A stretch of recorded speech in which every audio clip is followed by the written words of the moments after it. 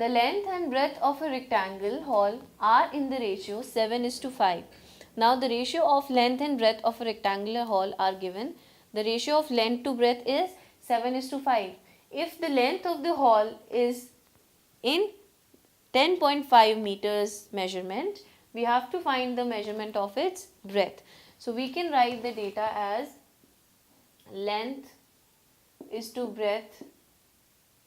This ratio has been given to us as 7:5, right?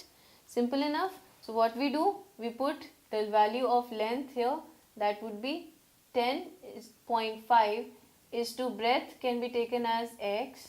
You write here, let the breadth be x.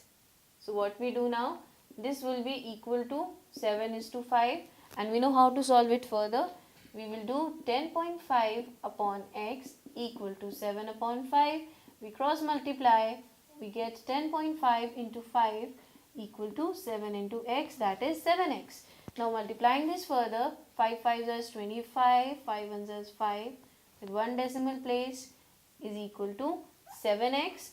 Now we will take 7 to that side and 52.5 divided with 7. So we can do it in the format of the division, that is 52.5 divided with 7. So 7 7s is 49, 7 8s is 56. So we have to do it with 7. 7 7s is 49. What is 52 minus 49? That is 3. So we note down the decimal place and the next number, and 7 5s is 35. So we get the value of x as 7.5.